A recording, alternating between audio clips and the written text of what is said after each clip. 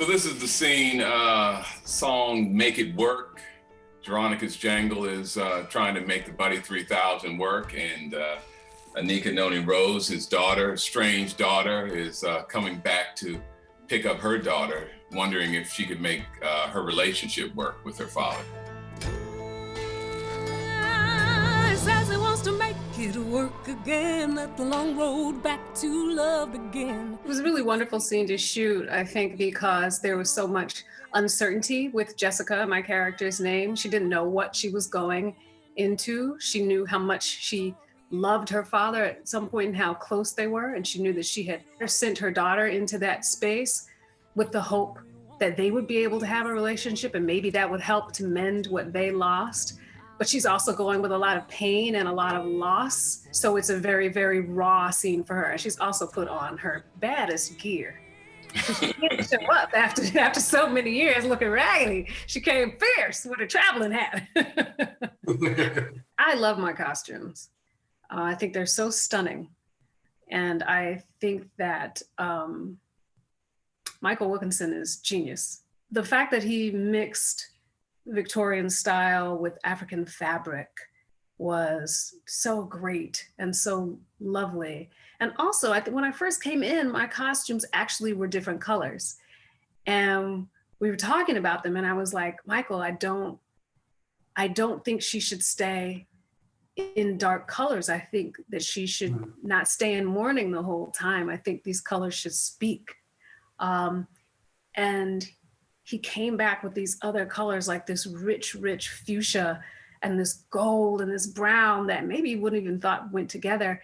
And it was so beautiful without being loud, without speaking outside of the character. So I love that he did that. But he also managed to make everybody's costume look like it spoke specifically to them, to their bodies, to their movement, to their space within the world. And there's Forrest doing his thing. When we meet him, he's just finally starting to try to believe again. He's lost so much hope. Every little hour that I spend is gonna be worth it in the end. If I just get it, I just get it to work again. When Jessica actually shows up, his whole world stops for a second. He doesn't want to make the wrong step or take too quick a step to make her get scared away. It's like, it's a possible dream, but he doesn't know what's gonna happen. Just tries to like lend an arm and gets a chance to do what he's been practicing doing or getting to say all along, which was, I'm sorry. Well, Forrest was channeling his inner Sam Cooke. That's what he was doing up in here, because it got good to him. You know, he's an actor's actor, so he's a method actor. So he said the meaning of the scene and the depth of the scene and the character's nuance and the backstory. And then I saw that head bob and he said, oh, all that stuff went out the window. It was Sam Cooke. That's how I say the word that's when he's like grabbing himself and trying to believe again and fight again, and he's working and he's trying to mold everything right, get everything good, and he's accepted that we can maybe happen. You know, maybe he can rekindle his life, you know? But when Jessica shows up, it's a different thing because he never would have expected he could see her almost, you know?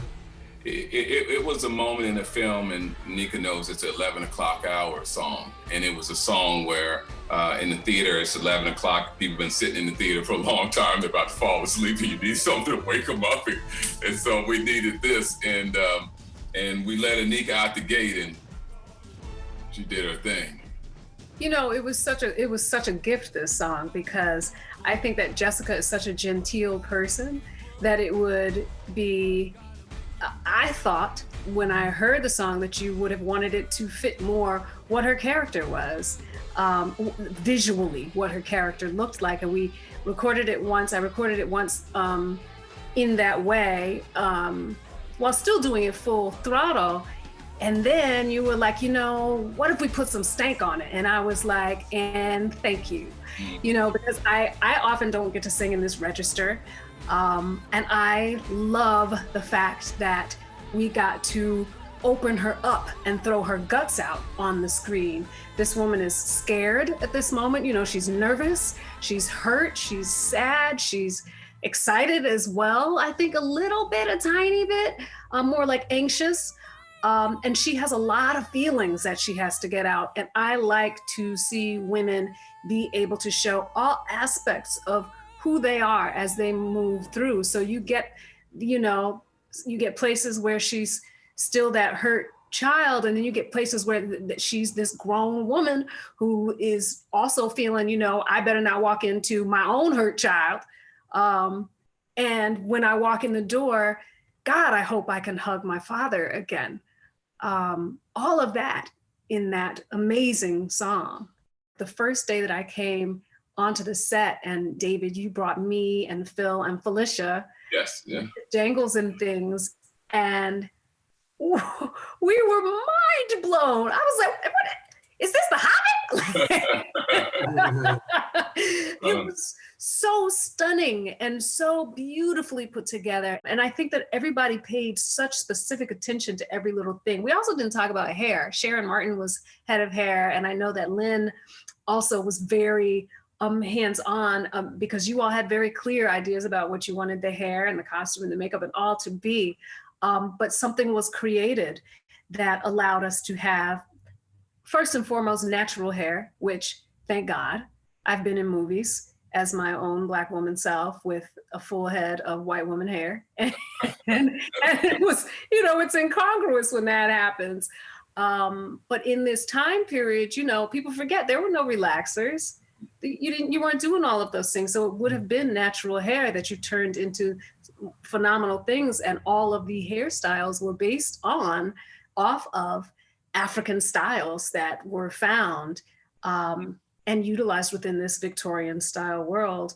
And I really think that that's one of the beautiful things about what you all did with this piece, is that you melded the styles so cleanly that maybe if someone doesn't mention it, maybe it's not noticed, except I will say the people online are like, look at all that natural hair! You know, people are excited about it because it celebrates who we are without releasing it, from the hair to the costume, to the music, to the movement. Everything is a celebration of who we are without being a commentary on who we are. And it was important when we talked about Jeronica's Jangle.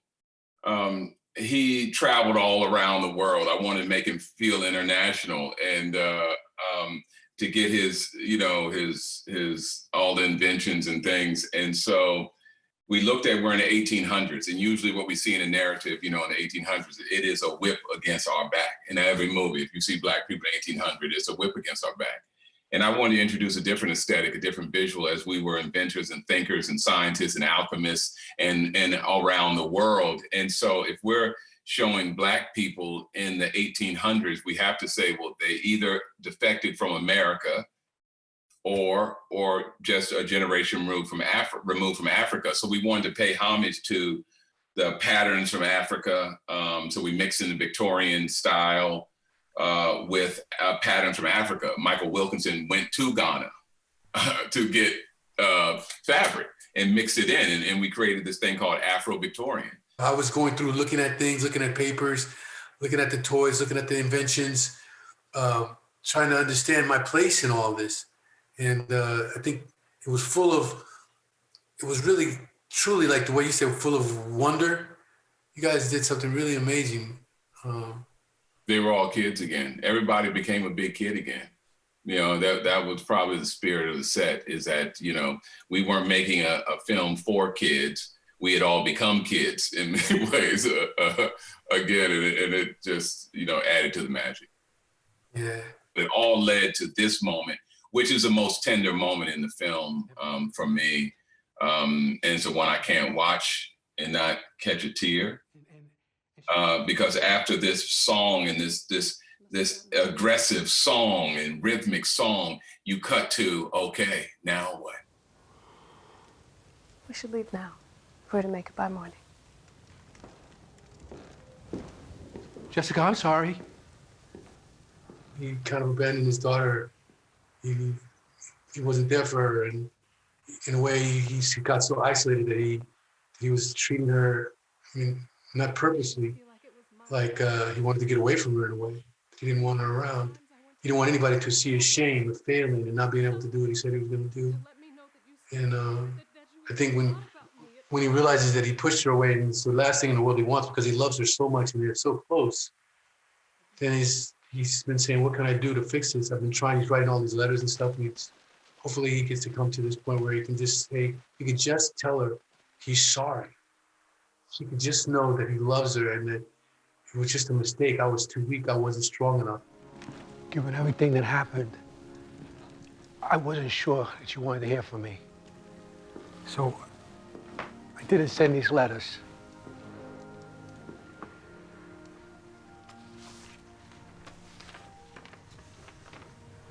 I wanted you to have the world. Reach into the heavens. There was a line earlier, the narrator said that many times he sat to write talking about his daughter, Jessica. He says, but he couldn't come up with the words. I suppose I'm sorry hadn't quite been invented yet. And it was just a great choice that you did when she was walking out the door and you just reached out, like it just came out of you. You're like, all these years it's been, underneath you. You're like, I'm sorry. Desperate, please don't go before I get to say I'm sorry, Please let me say I'm sorry. And can I tell you that I love you? And I know you might not believe me, but I do. I think that other little tiny song in there, you're saying, maybe I can hold you tight, tell you life is full of love. I want to be there for her, like I should have been there for you. I think that that's all, honestly, that's all you wanted to say, and that's all she wanted to hear. And I've talked about this a lot, but there's something about, even when you're an adult, when you go back home, you turn into the child you were when you left the last time you walked out of the door, or the first time you walked out to be on your own.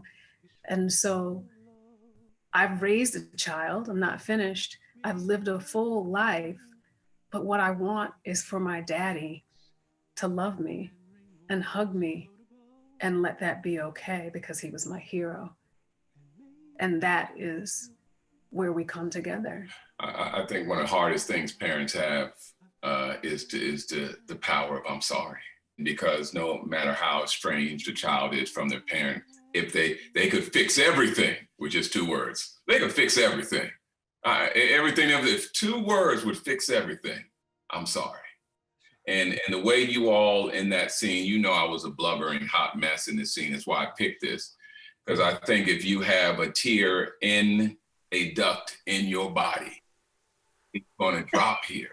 And what you all did in this scene, and the tenderness and the unspoken relationship here, it's just masterful. I think it's masterful. Yeah, I'm getting goosebumps just thinking about it. And it was a naked, vulnerable moment, and both of you allowed us to capture that, When we decided, we're trying to figure out how we can stay connected, and she's like, maybe I'll go say goodbye to her, to Journey, and she's like, well, she's probably sleeping, maybe we can stay tonight. Maybe we can stay tonight, but maybe we can stay for Christmas. It's just so tentative, but they're so desperately trying to hold each other, connect each other. They really want to embrace. Is that? Wow. About 3,000. It's really him. What's left of him? I was hoping to put it back together for Journey. She's taken quite a liking to him. If we start now, maybe we can put it together by morning. And these are people who I think used to communicate. We communicated with the magic of what we knew. You were a scientist and I was a scientist, and it was taken from you and you released it. And in a different way, it was also taken from me and I released it. But we were people who were used to being able to communicate in our own language. And I think a lot of that probably was in silence, where every now and then you'd say something, but you didn't have to. And I love the fact that that's what was able to happen again, and that the magic that you let go of, you're getting back. The magic that I let go of, I'm recognizing, or was taken, I'm recognizing and reclaiming and rebirthing through my child. Got it? Check. Hey.